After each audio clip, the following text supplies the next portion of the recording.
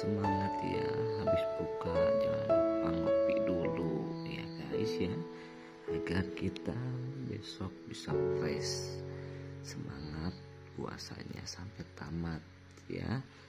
Bantu support ya channel Mas Iyun Lovers ya, supaya lebih berkembang untuk kedepannya, dan kalian semuanya tidak ketinggalan aktivitas-aktivitas tentang ketua ya.